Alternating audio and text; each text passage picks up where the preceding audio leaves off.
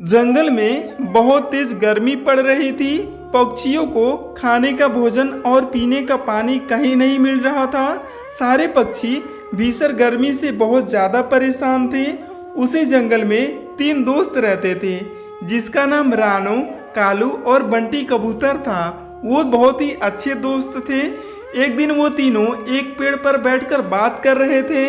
कबूतर यार, गर्मी अगर ऐसी ही चलती रही तो हम भूख और गर्मी दोनों से ही मर जाएंगे। हाँ यार कालू, तू बिल्कुल सही कह रहा है। 2 दिनों से मैंने भी कुछ नहीं खाया, पेट भी अंदर धंस गया है। रानो बहन, आपके क्या हाल है इस गर्मी में? कबूतर भैया, मैं आप लोग से अलग थोड़ी हूँ, मैं भी भूखी हूँ। मैंने किसी पक्षी से सुना है हम पास वाले जंगल जाएं तो वहाँ हमें भोजन पानी सब मिल सकता है, क्योंकि उस जंगल में गर्मी बहुत कम है। सुनो कबूतर भैया, क्यों ना हम तीनों कुछ दिनों के लिए उस जंगल में चले जाएं? जब यहाँ गर्मी कम हो जाएगी तो हम वापस आ जाएंगे। बात तो तुम्हारी बिल्कुल सही है चिड़िया बहन, चलो चलते हैं उस जंगल में। वैसे भी इस जंगल में रुकने का कोई फायदा नहीं है। फिर रानो चिड़िया, कालू कौवा और बंटी कबूतर पास वाले जंगल में जाते हैं और वहाँ एक साधु चील बैठा होता है। वो तीनों उसके पास जाते हैं। बाबा, हम पक्षी दूसरे जंगल से यहाँ आए हैं। हमारे जंगल में गर्मी की वजह से भोजन पानी की कमी हो गई है, इसलिए यहाँ हम इस जंगल में आए हैं। आप कृपया करके हमें ये बताएं कि यहाँ इस जंगल में हमारा घर बनाना कहाँ सुरक्षित होगा। हाँ बेटा, तुम बिल्कुल सही जगह आई हो। यहाँ से थोड़ी दूर 3 पेड़ हैं, वो पेड़ अभी खाली है। आप तीनों अपना अपना घर उन पेड़ों पर बना लो। वो जंगल की सबसे सुरक्षित जगह है, आप लोगों को कोई परेशानी नहीं होगी वहाँ। आपका बहुत बहुत धन्यवाद बाबा जी, आपने हमारी मदद की। ये कहकर वो तीनों उन तीनों पेड़ों को ढूंढने के लिए चले जाते हैं। अरे मिल गए तीनों पेड़ मिल गए। इस आम के पेड़ पर मैं अपना घर बनाऊंगा, क्योंकि मुझे आम खाना बहुत ज्यादा पसंद है। तभी बंटी कबूतर बोलता है, और इस सेब के पेड़ पर मैं अपना घर बनाऊंगा, मुझे लाल लाल सेब बहुत पसंद है। तभी रानो तीसरे पेड़ को देखकर अपने दोस्तों से बोलती है, कालू भैया, कबूतर भैया, आप दोनों आम और सेब का पेड़ ले लिया, पर ये तीसरा पेड़ तो पूरी तरह सूख चुका है। मैं कैसे इस पर अपना घर बनाऊंगी? मैं ऐसा करती हूँ, मैं आप लोगों के साथ अपना घर बना लेती हूँ। हम मिलजुल कर सब एक साथ रहेंगे। नहीं, बिल्कुल नहीं रानो चिड़िया, मैं अपने आम के पेड़ पर तुम्हें घर बनाने नहीं दूंगा। इस आम के पेड़ पर मैं अकेला रहूंगा और सारे आम अकेला खाऊंगा। कालू भैया, मुझे पता था आप बहुत स्वार्थी हो। कबूतर भैया मेरी मदद जरूर करेंगे। तभी बंटी कबूतर रानो चिड़िया को साफ साफ मना कर देता है। नहीं रानो चिड़िया, मैं तुम्हें अपने सेब के पेड़ पर घर बनाने नहीं दूंगा। इतनी मुश्किल से ये सेब का पेड़ मिला है, तुम नहीं जानती भूख की वजह से मेरा कितना बुरा हाल हो गया है।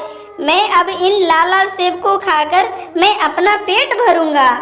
अपने दोनों दोस्तों की ऐसे बातें सुनकर रानो चिड़िया निराश हो जाती है और सूखे पेड़ पर अपना घर बनाती है।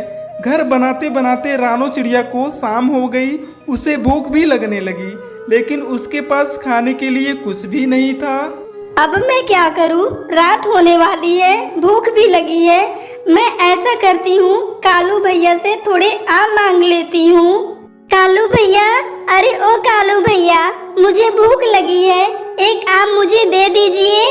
नहीं रानो चिड़िया, मैंने तुम्हें कितनी दफा मना किया है, यूं मुंह उठाकर भीख मांगने मत आ जाया करो मेरे पास। मैं अपने पेड़ का एक भी आम तुम्हें नहीं दूंगा, जाओ कबूतर के पास। फिर रानो चिड़िया उदास होके कबूतर के पास जाती है। कबूतर भैया, भूख से मेरी जान निकल रही है, मुझे कुछ सेब दे दो ताकि उन्हें खाकर मैं अपनी भूख मिटा सकूं। अरे रानो, तुम्हें सिर्फ मेरे पेड़ का ही सेब दिखाई दिया? तुम कालू के पास जाओ, उसके पेड़ का मीठे मीठे आम खाओ। मेरे पास तुम्हें देने के लिए कुछ भी नहीं है। मैं गई थी कबूतर भैया कालू के पास, पर उसने मुझे आम खाने को नहीं दिया। आप दोनों ने अच्छी दोस्ती निभाई, आप दोनों मतलबी हो।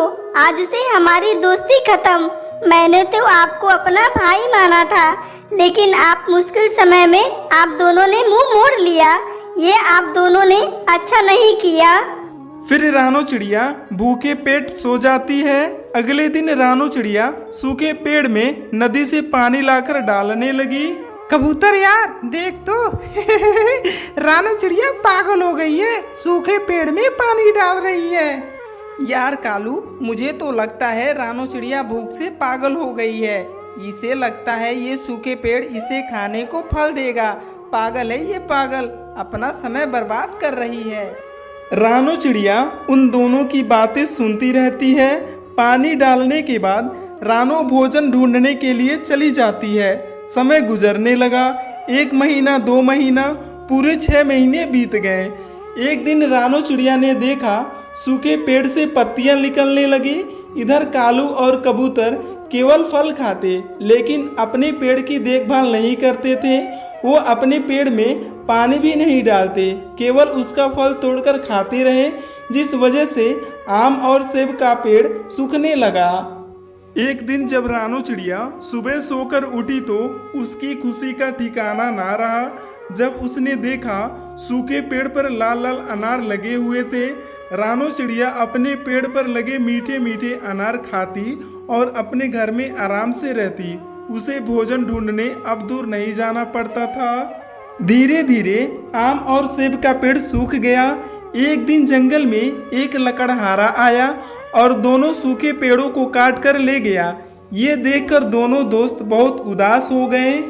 रानो बहन, हमें माफ कर दो। हम दोनों ने आपके साथ बहुत बुरा बर्ताव किया। हम दोनों वैसे भूखे हैं। हमें एक एक अनार दे दो रानो बहन। जब खुद पर बीती तो मेरे पास आए। भागो यहाँ से, मैं तुम दोनों की कोई मदद नहीं कर सकती। तुम दोनों दोस्ती के नाम पर कलंक हो। दोस्त वो होते हैं जो मुसीबत में अपने दोस्त का साथ नहीं छोड़ते। जब मैं भूखी प्यासी तड़प रही थी तो तुम दोनों मुझे खाने को एक फल तक नहीं दिया। अब आप दोनों जाओ यहाँ से, आप दोनों को यहाँ कुछ नहीं मिलेगा। कालू कौवा और बंटी कबूतर रानो की बात समझ गए थे कि अब वो उनके बातों में नहीं आने वाली। वो दोनों वहाँ से चले जाते हैं और भोजन के तलाश में भटकते रहते हैं।